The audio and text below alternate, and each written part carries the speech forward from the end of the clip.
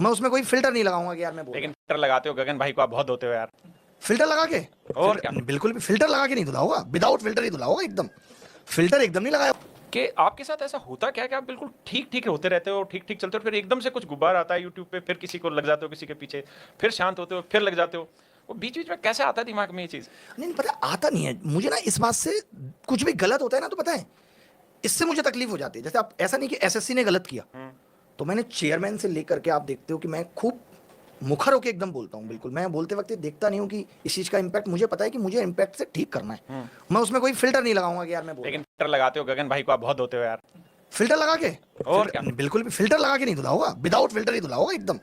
Filter एकदम नहीं लगाया होगा। और उसकी वजह आप सोचो, आप सब विद्यार्थियों के भी सामने है, आप कभी भी, आप या हम या ये भी, कोई भी नॉर्मल आदमी है भी आके अगर ये कह दे कि बच्चों के साथ अन्याय हुआ है, कोई आके कह दे, तो मैं या तो इनको पर्सनली पूछूंगा यार सच में हुआ है, आप ऐसे ही कह रहे हो? क्योंकि ऐसा हो सकता है, क्योंकि आजकल ऐसे ही कहने वाले भी बहुत लोग हैं। बहुत लोग होते हैं। बहुत लोग हैं। आप देख लीजिए कि अभी सीजीएल 2024 का रिजल्ट आया तो तमाम लोग आके 1200 वीडियो बन गई। दो चार लोगों ने तो इतना बड़ा जिम्मेदारी ले ली कि हम सब कुछ ठीक कर देंगे, रातों रात कर देंगे, पूरी जिम्मेदारी हमारी, हमें किसी से मतलब नहीं है। और आज वो लोग बिल में छुपे हुए हैं, सच बात। कुछ भी बाहर निकल के नहीं आ रहा है, ग्राउंड लेवल पे कोई भी चीजें नहीं हो रही हैं। तो आप मेरे बारे में लोगों को भी बताइए कि मैं शुरुआत से जो बोलूंगा, अगर मैंने जिस दिन ये बात बोली थी कि मैं रिजल्ट रिवाइज करा दूंगा, या इससे पहले भी कोई बात बोली है यूएफएम को लेकर के, तो वो चीजें करी हैं।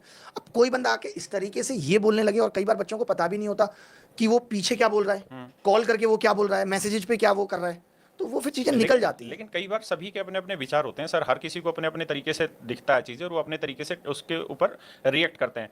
और कई बार क्या होता है लेकिन कि रिएक्शन से रिजिड नहीं होना चाहिए, वो फ्लेक्सिबल होना चाहिए। आप कह सकते हो मुझे ऐसा नहीं लगता, उन्हें ऐसा क्यों लग रहा है पता नहीं, बट मुझे नहीं लगता। बट अच्छा, आप ये नहीं कह सकते उन्हें भी गलत लग रहा है। नहीं, एक चीज बताओ, देखो वो एक चीज मुझे, मैं गगन भाई की ही बात लेके चलता हूँ। देखो उनके किसी चीज के ऊपर अपने खुद के कोई विचार हैं, उस विचार के पीछे उनके पास भी सुबह से शाम तक बहुत सारे बच्चे आए होंगे, बहुत सारे प्रूफ आए होंगे जिसके बिहाफ पे उन्होंने अपने विचार रखे। जब पहली बार उन्होंने कोई भी विचार रखा तो उसके लिए उसने किसी टीचर को ब्लेम नहीं किया, उसने अपनी तरफ से कोई विचार रखा। जैसे मान लेते हैं कोई एग्जाम्पल के तौर पर, आप कह रहे हैं कि दिन है, वो कह रहे हैं कि रात है, कोई भी एग्जाम्पल दे लेते हैं। लेकिन जब आपने इस एसएससी वाला केस किया और आपने उस केस को फाइट किया, तो ये बताओ कि उनके विचार जो भी रहे हों, लेकिन उस चीज में उन्होंने पार्टिसिपेट किया, चाहे वो फाइनेंशियली पार्टिसिपेशन तो किया। तो मुझे लगता है कि हर एक टीचर के ना अपने अपने विचार हैं, और अपने अपने तरीके से वो लड़ाई लड़ता है। इस बात में मुझे कहने में कोई दो राय नहीं है कि पूरे हिंदुस्तान में अगर बच्चों के लिए पूरी ईमानदारी से कोई सोचता है तो वो केवल अभिनय और कोई दूसरा नहीं है। और ये इतिहास में ऐसा पहली बार हुआ कि 2 दिन के अंदर अंदर प्रीलिम्स के अंदर 1100 कितने बच्चे हुए सर?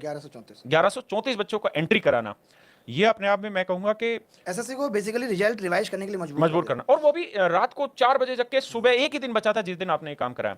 मुझे लगता है कि इतना बड़ा काम इतिहास में बहुत मुश्किल किया होगा लोगों ने। देखिए जैसे हम यहाँ मुखर्जी अपना हमारा जो ऑफिस है कैरवल का, इसमें सर हम बैठते हैं तो रोज बच्चे आते हैं जिन बच्चों की इस बार रिजल्ट में दिक्कत होती है।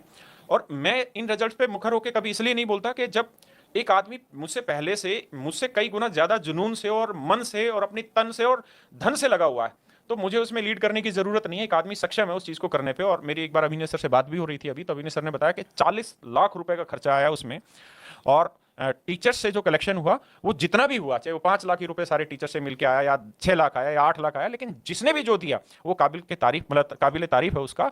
एक मुद्दा हमारा ये उठा के सिर्फ और सिर्फ अभिनय सर उस चीज में हीरो बन गए, है ना। लेकिन सबको ये सोचना भी चाहिए कि जिस 1144 बच्चों के, 1134 बच्चों के घर में वो दिवाली मनी, उनके घर में खुशी, भरोसा आया लोगों के बीच में कि कुछ भी गलत होगा तो हमारे साथ कोई एक आदमी खड़ा है।